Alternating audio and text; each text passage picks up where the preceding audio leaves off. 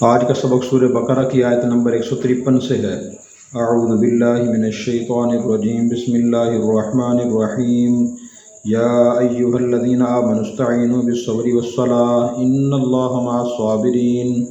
اے ایمان والو، مدد حاصل کرو صبر اور نماز کے ذریعے، بے شک اللہ تعالیٰ صبر کرنے والوں کے ساتھ ہے۔ ایک مسلمان کو دین پر عمل کرتے ہوئے، دین آگے پھیلاتے ہوئے اور زندگی گزارتے ہوئے مختلف تکالیف پریشانیوں کا سامنا کرنا پڑتا ہے۔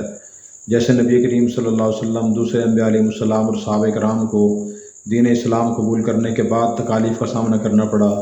دین پھیلاتے ہوئے، دین پر باقی رہتے ہوئے بڑی تکالیف کا سامنا کرنا پڑا۔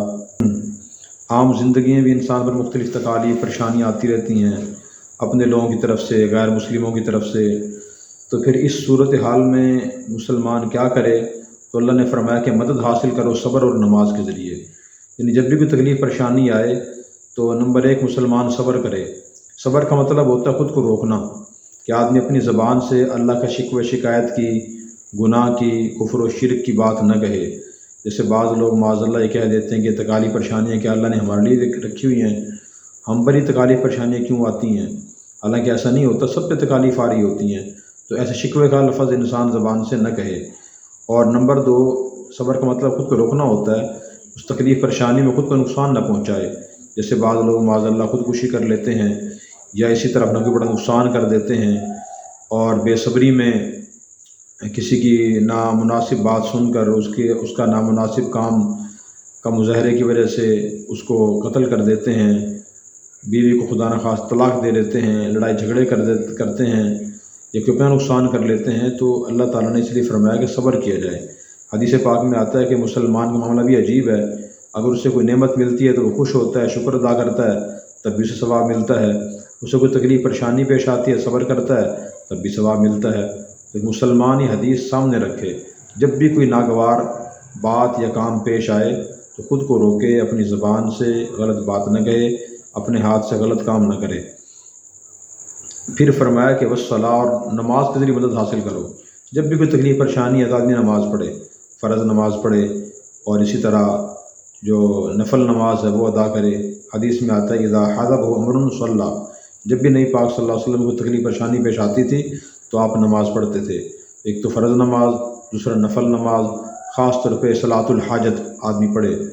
صلاۃ الحاجت کا مطلب یہ ہے کہ 2 رکعت نماز پڑھے، اس کے بعد دعائے حاجت پڑھے، لا الہ الا اللہ الحلیم الکریم، سبحان اللہ رب العرش العظیم، الحمد للہ رب العالمین، اسألک موجبات رحمتک وعزائم مغفرتک والغنیمۃ من کل بر والسلامۃ من کل اثم، اللہم لا تدع لنا ذنبا الا غفرتہ ولا ہما الا فرجتہ ولا دینا الا قضیتہ ولا مریضا الا شفیتہ ولا ضالا الا ہدیتہ ولا حاجۃ من حوائج الدنیا والآخرہ ہی لک رضا الا یسرتہ وقضیتہ یا ارحم الراحمین۔